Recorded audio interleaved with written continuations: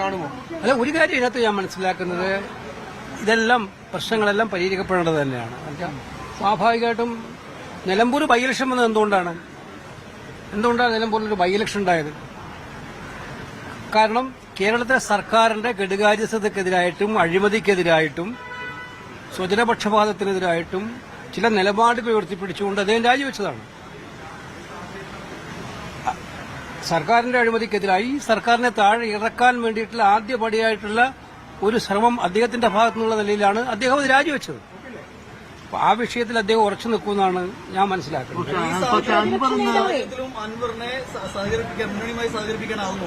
അല്ല, ഞാനൊരു കാര്യം പറയാൻ ആഗ്രഹിക്കുന്നത്, അത്തരം വിശദമായ കാര്യങ്ങൾ ഇവിടുത്തെ നേതാക്കന്മാരുമായി ഡിസ്കസ് ചെയ്തിട്ട് മാത്രമേ എനിക്ക് പറയാൻ പറ്റുള്ളൂ.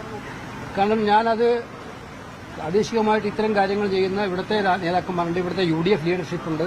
അവരെല്ലാം പ്രഗത്ഭരായിട്ടുള്ള ആളുകളാണ്, അവരൊക്കെ കൊള്ളാവുന്നവരാണ്, ഇത്തരം കാര്യങ്ങൾ നന്നായിട്ട് കൊണ്ടുനടക്കാൻ പറ്റുന്നവരാണ്.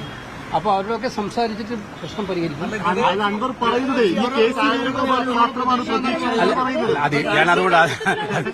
അതുകൊണ്ട് അത് പാർട്ടിയുടെ ലീഡർഷിപ്പിൽ ഹൈക്കമാൻഡിന്റെ ഭാഗമായിട്ട് നിൽക്കുന്നതുകൊണ്ടായിരിക്കും അങ്ങനെ അദ്ദേഹം പറഞ്ഞിട്ടുണ്ടാവുക. ഞാൻ പറഞ്ഞല്ലോ, അദ്ദേഹത്തിന്റെ ഒരു സെന്റിമെന്റ്സ് എന്ന് പറയുന്നത്, അദ്ദേഹം രാജിവെച്ചിട്ടാണ് അവിടെ ബൈ ഇലക്ഷൻ ഉണ്ടായെന്നുള്ള കാര്യത്തെ, ആ സെന്റിമെന്റ്സിനെ മാനിക്കണമെന്ന് തന്നെയാണ് UDFന്റെയും കോൺഗ്രസിന്റെയും ഒക്കെ പൊതുവായിട്ടുള്ള വികാരം. അദ്ദേഹത്തെ ഒറ്റപ്പെടുത്തുന്ന ചിന്താഗതിയൊന്നും ആർക്കും ഇല്ല, അങ്ങനെയൊന്നും ആർക്കും ഇല്ല, UDFൽ ആർക്കും ഇല്ല. എന്താണോ കമ്മ്യൂണിക്കേഷൻ ഗ്യാപ്പ് ഉണ്ടാകുന്നതൊക്കെ എനിക്ക് സംസാരിച്ചാലേ മനസ്സിലാവുള്ളൂ. അദ്ദേഹത്തെ ഒഴിവാക്കണം, അദ്ദേഹത്തെ ഒറ്റപ്പെടുത്തണം, അദ്ദേഹത്തെ ഐസൊലേറ്റ് ചെയ്യണം, അദ്ദേഹത്തെ മാറ്റി നിർത്തണം. പക്ഷെ അദ്ദേഹം ഉയർത്തിയൊരു പോരാട്ടം ഉണ്ടല്ലോ, അദ്ദേഹം പറഞ്ഞൊരു കാര്യങ്ങളുണ്ടല്ലോ, അതിനു വേണ്ടിയിട്ടാണല്ലോ ഞങ്ങളെല്ലാം മുന്നിലേ നിൽക്കുന്നത്. ഞങ്ങളാണല്ലോ ഏറ്റവും ശക്തമായിട്ട് അത് പറഞ്ഞുകൊണ്ടിരിക്കുന്നത്. ഈ സർക്കാർ ഏറ്റവും വലിയ ജനവിരുദ്ധ സർക്കാരാണ്. ഈ സർക്കാർ ജനങ്ങളെ വെറുപ്പിച്ച സർക്കാരാണ്. ഈ സർക്കാരിന്റെ അവസാനം തുടങ്ങുന്നത് നിലമ്പൂരിന്റെ ബൈ ഇലക്ഷൻ റിസൾട്ടോട് കൂടി ആയിരിക്കും എന്ന് പറഞ്ഞിട്ട് ഞങ്ങൾ തുടങ്ങുകയാണ്. അതിൽ അദ്ദേഹത്തിന് യോജിപ്പുണ്ടാവുമോ?